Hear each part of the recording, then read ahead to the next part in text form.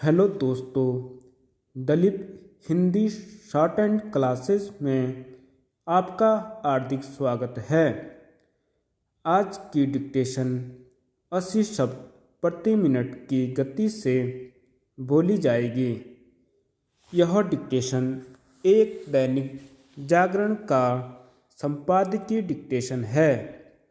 आशुलिपिक बनने की इच्छा रखने वाले प्रत्येक व्यक्ति के लिए संपादकीय का कितना अधिक महत्व होता है। आप सभी इसे अपनी शॉर्ट हैंड लिपि में लिखकर इसका अनुवाद करें और आपने इसमें कितनी त्रुटियां की है इसे भी ध्यान में रखकर उसे सुधारने का प्रयास करें। डिक्टेशन स्टार्ट करते हैं 5 सेकंड बाद।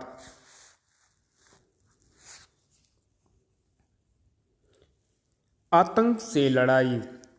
यह अच्छा हुआ कि आतंकी फंडिंग पर अंकुश लगाने के लिए दिल्ली में आयोजित नो मनी फॉर टेरर नामक सम्मेलन में प्रधानमंत्री नरेंद्र मोदी ने उन देशों को निशाने पर लेने में संकोच नहीं किया जो आतंकी संगठनों का समर्थन करते हैं, लेकिन ऐसे देशों को अलग थलग कर उन्हें जवाबदेही के दायरे में लाना आसान काम नहीं।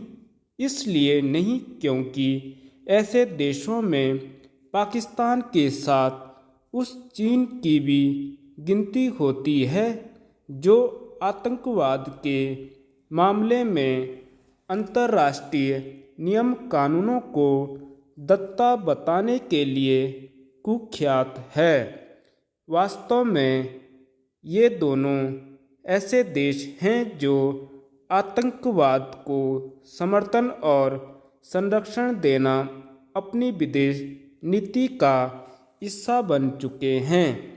इसका प्रमाण यह है कि चीन पाकिस्तान के कम से कम 5 आतंकियों को संयुक्त राष्ट्र सुरक्षा परिषद की पाबंदी से बचा चुका है।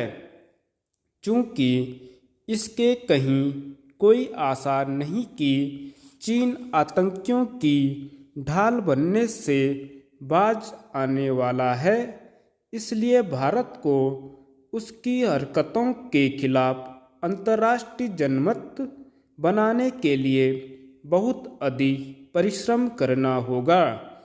इसकी अनदेखी नहीं की जा सकती कि अंतर्राष्ट्रीय समुदाय अभी तक आतंकवाद को परिभाषित भी नहीं कर सका है।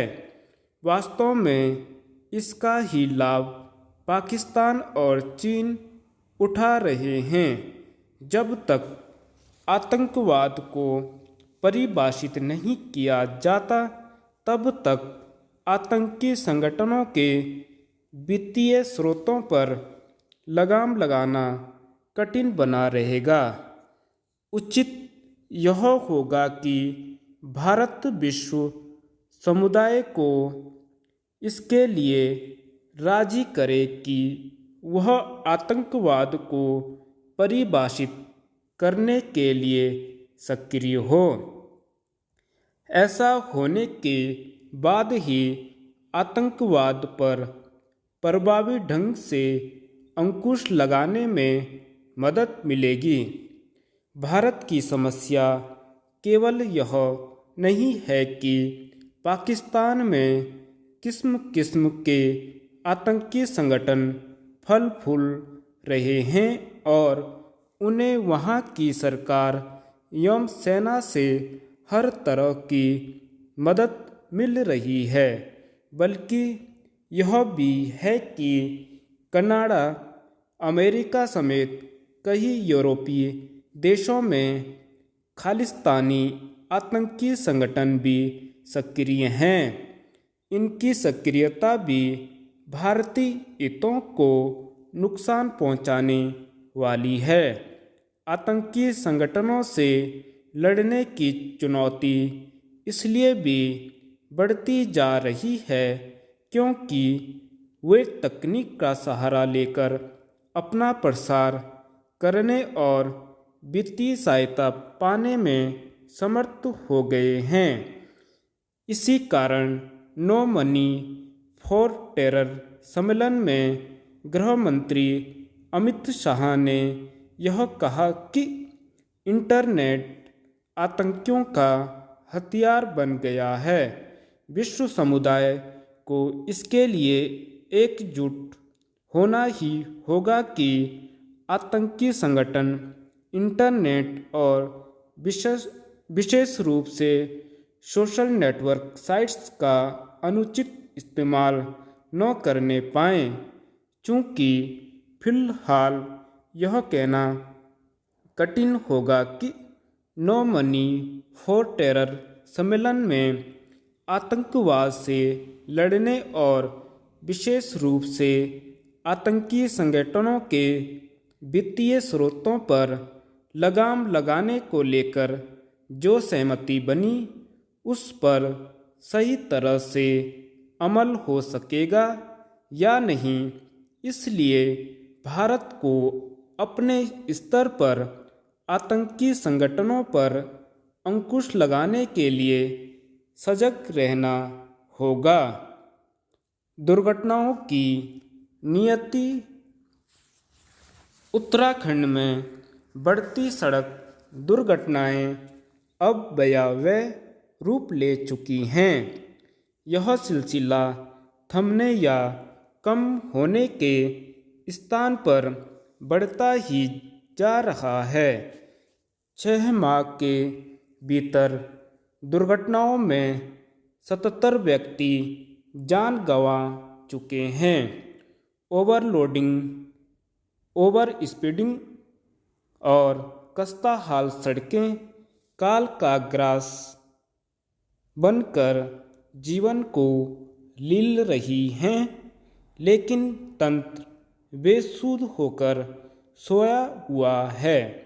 सड़कों पर ऐसी लापरवाही हर स्थान पर दुर्घटनाओं को न्योता देती हैं, लेकिन पर्वतीय क्षेत्रों में यह बेहद गंभीर रूप धारण कर लेती है।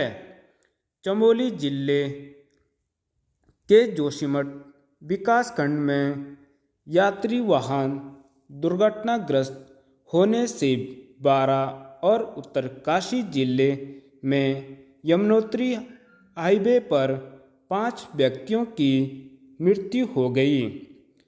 इससे पहले उत्तरकाशी और पौड़ी जिलों में इसी तरह 2 बड़ी दुर्घटनाएं हो चुकी हैं।